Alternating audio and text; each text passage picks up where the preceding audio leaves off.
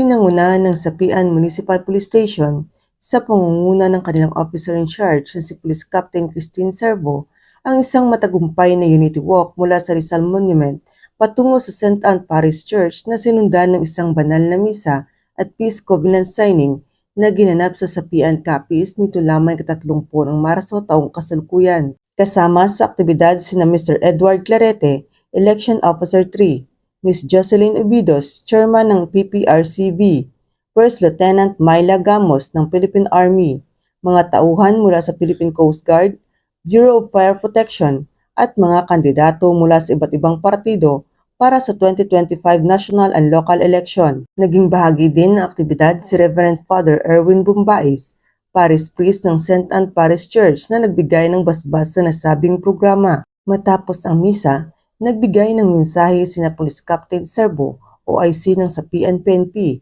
at Mr. Clarete, Election Officer 3, patungkol sa mga patakaran at alituntunin na dapat tandaan at isaalang-alang para sa nalalapit na national and local election 2025. Layunin ng aktibidad na itaguyod ang isang mapayapa at ligtas na halalan sa pamamagitan ng sama-samang pangako ng mga lider ng komunidad, awtoridad at mga kandidato na iwasan ang anumang uri ng karahasan upang matiyak ang malinis at patas na eleksyon. Ang aktibong pakikilahok ng mga otoridad, sundalo, pulisya at mga kandidato ay nagpapakita ng pagkakaisa na mahalaga upang may sakatuparan ang tapat at ligtas na eleksyon. Patuloy ang kapulisan ng buong Western Visayas sa kanilang hangaring matiyak ang isang ligtas at mapayapang eleksyon, kasabay ng kanilang tungkuling protektahan ang kapakanan ng bawat mamamayan.